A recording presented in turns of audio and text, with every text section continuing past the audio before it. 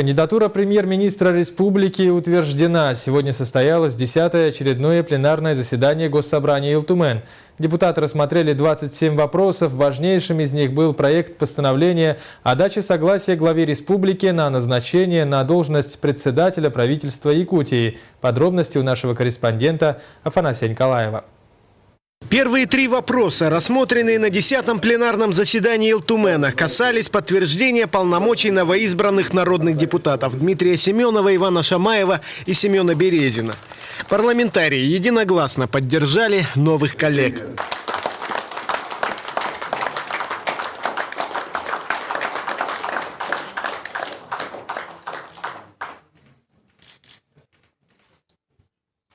Но, безусловно, самым важным вопросом пленарного заседания стала дача согласия главе республики на назначение премьера правительства Якутии.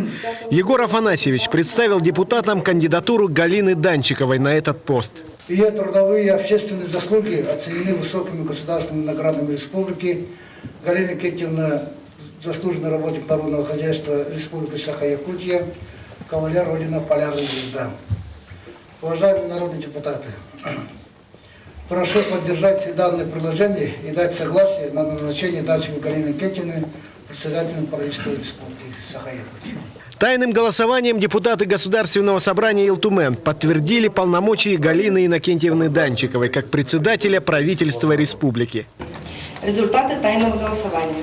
За 55, против 7, воздержался 1.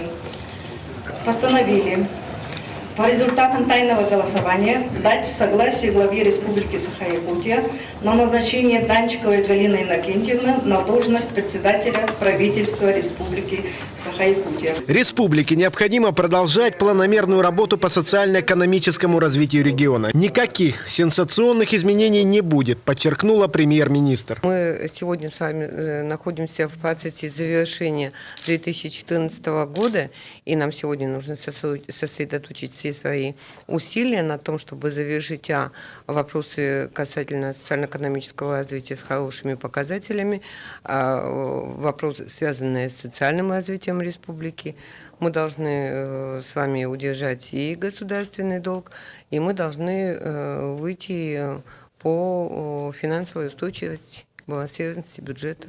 В свою очередь депутаты приветствовали назначение проверенного человека. После этого на полном основании, я думаю, что будет согласовывать, консультироваться по вопросам уже структуры правительства, состава правительства. И после этого у них будет возможность внести вопрос на рассмотрение уже следующего 11-го внеочередного заседания Государственного собрания. Я, как председатель профильного комитета, очень рад, что Галина Никентьевна будет председателем при рассмотрении сложного трехгодичного бюджета республики на 15 и плановые 16-17 годы. Впереди первая серьезная задача для правительства и Госсобрания. Уже в ближайшие месяцы предстоит сформировать бюджет республики на 3 года вперед.